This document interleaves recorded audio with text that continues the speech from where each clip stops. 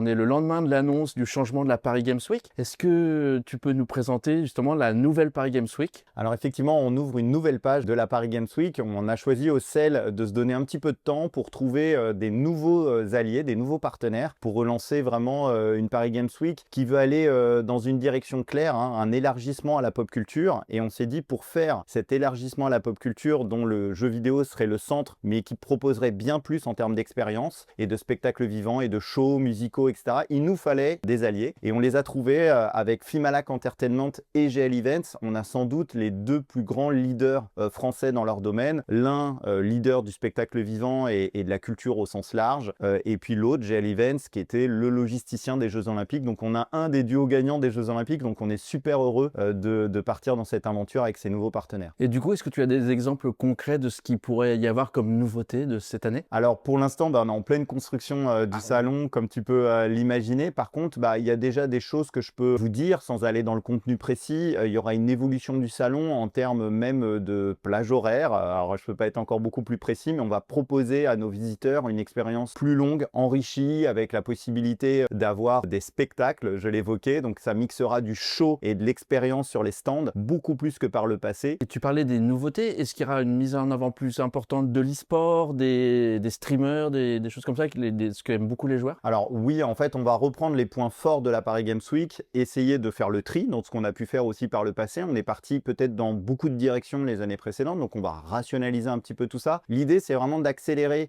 sur vraiment le cœur gaming et des communautés, on va dire, du jeu vidéo autour. Donc l'e-sport sera une composante très forte. Le monde des influenceurs fait complètement partie maintenant du jeu vidéo. On le décorrèle pas du jeu vidéo et ce sont les grands promoteurs du jeu vidéo, donc ils auront une place beaucoup plus forte, ces créateurs de contenu, autour d'une scène qui va être complètement repensée aussi pour eux. Donc oui, e-sport, influence, influenceurs, créateurs de contenu, et puis aussi sur la brique vraiment jeu vidéo, on veut que l'expérience elle soit plus qualitative que les années précédentes, en redensifiant en fait le nombre de licences qui seront jouables sur place, pas forcément en revendiquant des nouveautés, parce que les nouveautés, on sait que c'est difficile parfois de positionner vraiment des world reveal à la Paris Games Week, même s'il peut y en avoir, mais l'idée c'est que nos visiteurs puissent vraiment venir picorer beaucoup plus d'expériences de jeux vidéo sur le salon. Parfait. Juste pour conclure, si tu peux nous rappeler le lieu et les dates? Donc la Paris Games Week cette année, ce sera à la porte de Versailles, comme chaque année, et ce sera du 30 octobre au 2 novembre, donc sur 4 jours et non plus 5, avec une soirée d'avant-première dès le 29 au soir. On espère avoir de